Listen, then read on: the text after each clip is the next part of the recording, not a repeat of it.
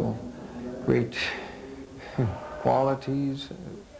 As far as I can see, I'm just normal, or maybe under normal as far as that goes. And so I just let the Lord do everything.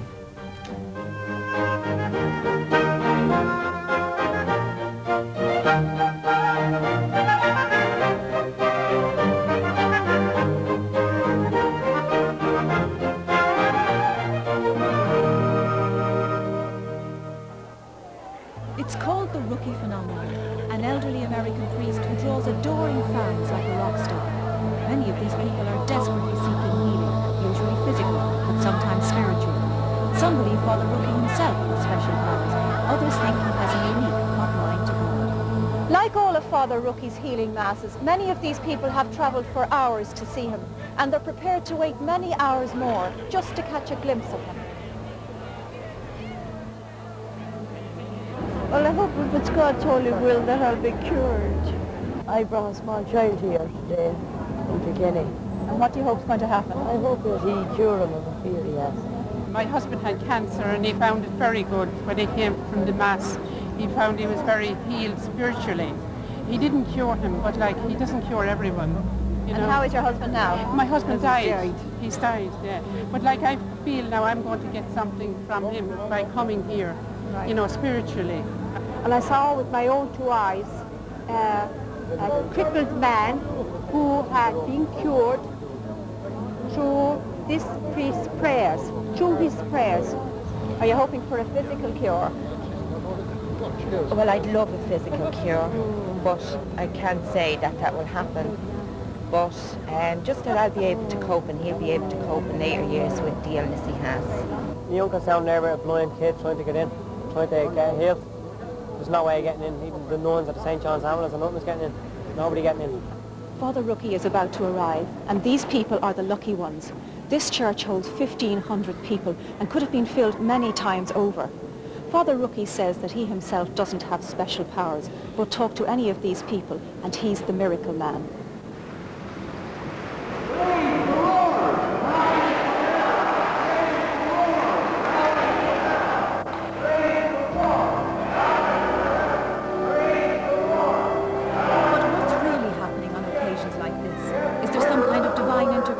Whereby the lame walk and the blind see? Or is it something less supernatural? A good man giving hope where there was none, and raised expectations giving new strength to life. The Spirit becomes strong with the more praying we do. And that's why when people want to have a private, blessing, I tell them, this is not to be compared to the blessing we receive in the assembly, with the healing, with the Mass and the healing service, with all those thousands of people praying for us. The power is so great and the Spirit is so strong.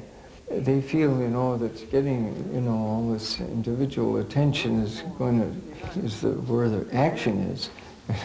And it's just the opposite. We try to, have as many healing masses as possible because I'm not a young chicken anymore, and I try to, use the time as best I can while I'm alive. Father Rookey has little time for skeptics. If the Lord himself didn't, get medical approval of what was going on, and it didn't seem to disturb the evangelists and their accounts either. If you're going to doubt these things, well, you begin to doubt the miracles in the gospel itself. I don't think there's, for believers, that there's too much necessity for all of this documentation. And, well, as I began to say, it's an impossibility anyway. During his healing services, Father Rookey encourages people to get out of their wheelchairs and walk. On the night we filmed, some members of the congregation believed they were witnessing miracles. Have you walked before? I have, yes, so I have, but not unaided. I have to hold on to somebody, Have you walked before? I've held on to the furniture only. Right. What are you taking away from here tonight? What? What has this done for you? Oh, marvellous. Marvellous to be able to walk. Is this the first time you've walked? I can walk with the walking frame. Has she walked before? No, she walks with help, yeah. Later, Father Rookey laid his hands on the heads of other people and they fell backwards in an apparent faint. This is commonly referred to as resting in the spirit. What happened to you? Lights. And what did you feel? Just couldn't get up, you know. And how do you feel now? Feels grand. You feel light. Lightness. Yeah, lightness, yeah, that's right. Just total relaxation. Yeah, all right, feeling all right. Fine, thank you. It's as if someone was pulling me down, and when I was on the ground, amazing peace. It was unreal, you know. But despite the enthusiastic support shown to Father Rookey, headlines such as these show the unease with which his activities are viewed by some members of the hierarchy. And certainly the whole healing phenomenon raises a number of questions. The crowds of Father Rookey fans have long since departed Whitefriars Street. But since Father Rookey's departure, we've followed up numerous leads to people who sincerely claim to have been cured by the priest. But when we really talk to these people about what changes have actually happened, we find that they fall far short of a miraculous cure. But what exactly is a miracle cure? Although some people claim to have felt uplifted by their contact with Father Rookey, and many more say they've derived spiritual comfort, the Church sets down extremely strict guidelines as to what constitutes a miracle cure and what doesn't. Dr. Diarmuid Murray is head of the Knock Medical Bureau, which was set up by the Catholic Church to investigate alleged cures in Knock. Well, before a cure will be considered, the three most important criteria is that the cure must be immediate, it must be complete, and it must also be maintained. We have to set very high standards before we will get involved in the very long and tortuous process of investigating a claimant's cure. And Dr. Murray says there's a logical explanation for what happens at sessions held by Father Rookey and other healers, be they religious or secular. If you consider how these people go, they're already going with raised expectations of something that's going to happen to them. They invariably have very good reasons to go. They are suffering from some kind of serious illness or disability, and they believe this man or these people have the capacity to cure them or to at least help them. So you could say that they're already 90% along the road. So when they arrive there at the destination, and indeed the longer and the further they come to get there, and the longer they have to wait, the greater the expectation. Therefore, that makes the therapist's job all that much easier. Well done. The question of the phenomena that these therapists produce, I would feel are explicable through the modern phenomena we call hypnosis. So many of the things are reproducible through hypnosis. Dr. Murray, who has trained in hypnotism, says people with strong personalities can hypnotize others without realizing they are doing so. Well, I think there is it's possibly working at a subconscious or an unconscious level with these people, that when the therapist comes up and touches them, that they feel that they have to fall. You merely have to get one individual to fall to reinforce the belief on all the others who are observing and watching. And you'll find that if he does it to one, it'll have a kind of domino effect on the others. And this again is quite a common phenomenon. And it reinforces on all the other people who are standing watching that this therapist has got some very special kind of powers. It doesn't mean that these people are being fooled or in any way. Certainly there's a certain degree of showmanship about it, and that helps reinforce within the individual who is, say, falling or whatever, or experiencing this kind of thing, it also helps reinforce the therapist that they're doing some good. To extrapolate from that and say that these phenomena are going to cure serious organic disease, then I, as an orthodox medical practitioner, would have very serious reservations about that. But former soccer international David Parks is one man who believes that through Father Rookey, God healed him of Crohn's disease. He says he was completely sceptical when he was blessed by Father Rookey on a trip to Medjugorje a number of years ago. I said, I'm very ill, and the doctors say there's nothing more they can do for me, and they reckon it was only a matter of time. So he has a black crucifix, which he reached into his pocket and took out, and he put the crucifix in my hands, and then he put his thumb in a little bowl of oil, and he put the sign of the cross on my forehead, and then he placed both of his hands on my head, and he started to pray. And then I remember him reaching to take the crucifix out of my hand, and then the next thing I remember was lying on my back. Do you think it was a miracle? Well, I would have a difficulty saying it's a miracle. I would say it's an incredible healing. I don't think I would be as bold as to say it's a miracle. Everybody else says it's a miracle. But I would just say it's an incredible healing. But an increasing number of people are now looking outside the church to alternative therapies. The incredible growth in interest in these therapies was very much in evidence at a recent exhibition of alternative healing in the Mansion House. We've all had the experience of feeling unwell with various aches and pains, and there's always somebody who'll tell you it's all in the mind.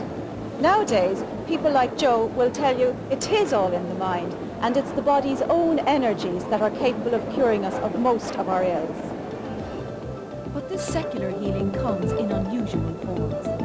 Well, what happens, the person sits down in the chair in front of the beam, and the lady's attracting what she requires from the ampules and the sets of remedies over there. It's beamed into her body through the beam. This thing here helps accentuate it. And the square that's on the floor she's sitting in, or well, her feet are in, I should say, is opening up a field of energy, or a layer of energy on the ground, and taking that energy up, so she'll be feeling certain different sensations. Reiki, they think, is an ancient Tibetan healing, which the monks would have used for healing, but also for meditation and things like that. It brings people onto another level of consciousness and helps in their own growth, which is also on a spiritual level, physical level, emotional level, and on a mental level. There's no physical energy involved because you're using this cosmic energy, which is actually a subatomic energy. But perhaps this year's biggest buzzword is plexus bioenergy healing, the gurus of which are Michael O'Doherty and Tom Griffin. I would safely say that we've probably brought in excess of 200,000 people back to health. We've helped come back to health. And that would, include like total cure, partial healing, feeling much better. Some people come every 6 months, some people come back every year for top-up. So we've had a chance over the years to gauge the reaction. And what we have found out is that there are many, many more people helped than we realised, because until we meet them in the street or until we talk to some person in the clinic whom they have sent in, we don't always find out about them, But there's a tremendous amount of people helped. It's incredible. But these cures have not been scientifically evaluated, and it's difficult to Usually say people whether have healing is problems in truly their spine physical and or their psychological. Not all those who go to such therapies come away feeling helped. That's it for today.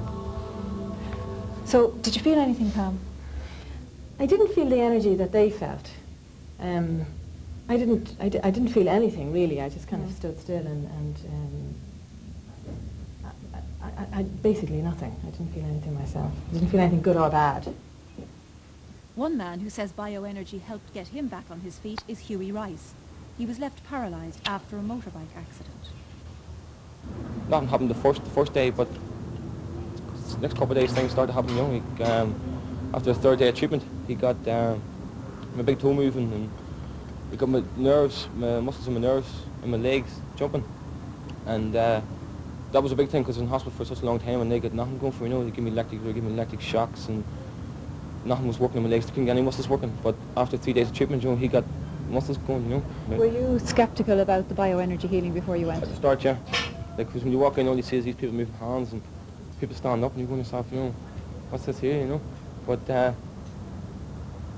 once you try it, like, and if you've got to believe in yourself that it's going to, you're not going to go in here with a, you've got to go in with a positive mind that's going to happen for you, you know, and you've taken that it's going to work, like it will work, you know. You've got to believe in that there. What do you think made you better? Two combinations. A lot of prayer from family and bioenergy. It can often be extremely difficult to reach an exact diagnosis of what the patient was suffering from. Strange as it may seem, many patients or claimants have not been suffering from a condition which they thought they did suffer from. And when we investigated, we found that it was perhaps something else, or there was a large psychological element in their illness. So there was. But that often wipes out the vast majority of claimants' miraculous cures. Einstein concluded that, you know, everything is energy, and beyond that is supreme intelligence, and you know, we know that everything we do incorporates energy. So this energy basically comes from everywhere. It's around us, it's from the universe, it's from the earth, and by getting this energy vibrating through the body properly, this can reactivate the body's own potential to heal itself. When you talk about a supreme intelligence, do you mean God? If you want to call it God, yes, that's fine. Sacred dimension of the universe, God, universal force. There are many different terms you can put on it. Usually people come in when a lot of other things have failed, so they come with a lot of negativity. And as I say, they say to us, you're the last hope, you know. So, well, first of all, we have to explain to them that their body is composed of energy. It has an energy dimension, or we simplify and call it an electrical dimension. We say you have a bioelectric system. There's electrical current running through your body, and it does affect your organs and your nervous system, your immune system. And we explain to them that this gives off a resonating field, like electromagnetic field. And we can actually pick up on this field where this electricity is blocked. And where it is blocked is usually where people are suffering pain, or inflammation, or some type of a disease. Now also, an important point about this is that the disturbance doesn't have to be always physical. A person can have an emotional blockage. They can have some trauma in their life. And that's what's causing the physical problems. We help them become aware of this particular part through working with the energy. They may feel a tingling, a heat or cold. And usually people feel a sense of relief, or a sense of like calmness coming over. So a lot of people will actually feel the interaction taking place. But is it possible for orthodox medical doctors to reproduce some similar sensations, such as heat and cold, in their own patients?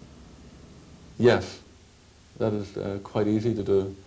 Indeed, if you look back at some of the old historical records, people will talk about a feeling of insects running up and down their skin. So it's the same kind of phenomenon. People can experience quite extraordinary sensations, and it's perfectly reproducible by hypnosis. I wouldn't think that the therapists would set out to give people a false sense of hope. I've looked at a lot of these alternative therapies, and they're extremely attractive to the lay person who hasn't got any scientific or medical training. But it strikes me that when you're dealing with very complex problems, which a lot of these kind of diseases, chronic diseases are, such as cancer, diabetes, epilepsy, the rheumatoid diseases, arthritis, that it is very easy to think, this is wonderful, this is a simple kind of therapy, and this is going to cure these conditions. But of course we know from life's experience that complex problems require very complex answers. If Father Rookey dies, that it sort of dies with him. You know, I think that we have to try and get away from the idea that healing is outside us and that somebody outside there can heal us. Tom and I don't heal people, and there is no individual or drug can heal somebody. What we do is we apply a system that activates the healing ability within every one of us. So if we were to depend on somebody to heal us and they do die, well then we have lost everything. But like Father Rookey, O'Doherty and Griffin have also experienced clients apparently fainting during therapy sessions. It often happens in our clinics as well, that when you touch somebody, that what you're actually doing is you're fusing the energies, and for a quick moment, you know, you're de-earthing the body. It's like, you know, you're getting an extra bolt of energy or electrical current coming through your body, and your body just jerks back. And this often happens in our clinic as well. And have you had people fall over backwards on the floor? Yeah, we often just even had to stand alongside people, and they would just drop. I mean, for often no apparent reason. You often think, well, what is all this about? And then we began to try and work into to get a little understanding on it.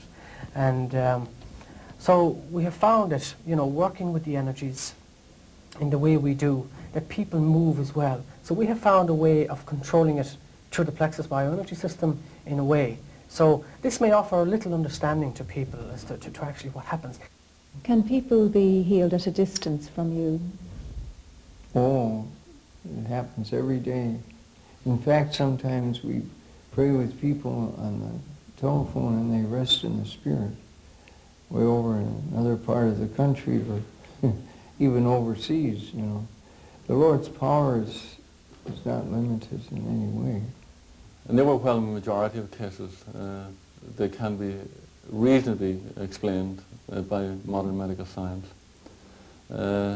It's for that reason that the Medical Bureau in Knock set down a minimum kind of time before we begin to start serious investigations for claims for miracle cures of at least 5 years. Having said that, it is very possible that the claimant could have died by the time the church would declare the cure to have been miraculous. Some of my priestly brothers and so on, and kind of critical persons, asked, do you follow up on all of these, these healings? And I said, brother, I wish I had $1 billion to set up an office to document all of these things. I said, that's not for the, that's not, I'm sure, what the Lord is looking for. He's looking for conversion of heart. And if you don't believe my word, believe my works. And if the end result is accomplished, what need is there of a whole lot of documentation? We have to try and get people away from this fixed attitude of physical body, one dimension.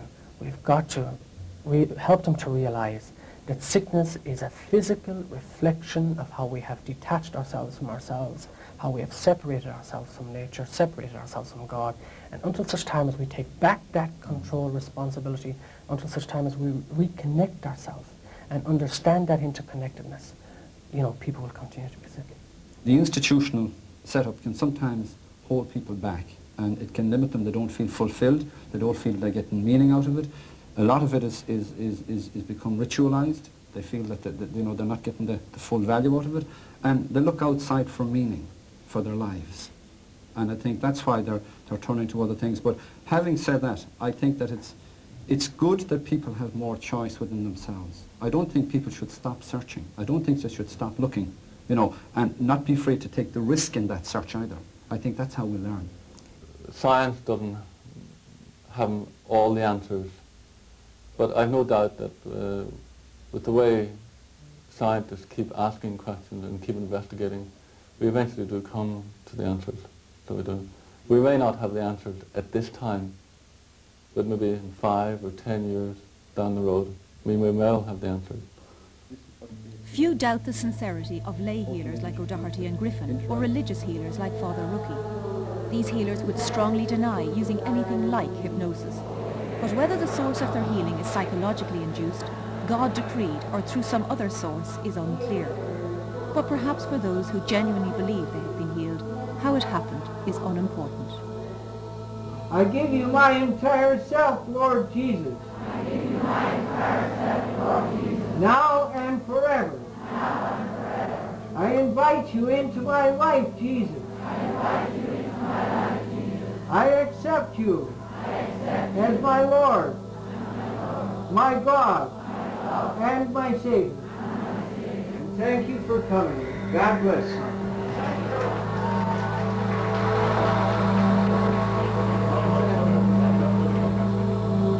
Next on Would You Believe? This Christmas, Lasting Peace in Northern Ireland, that's Wednesday at 8.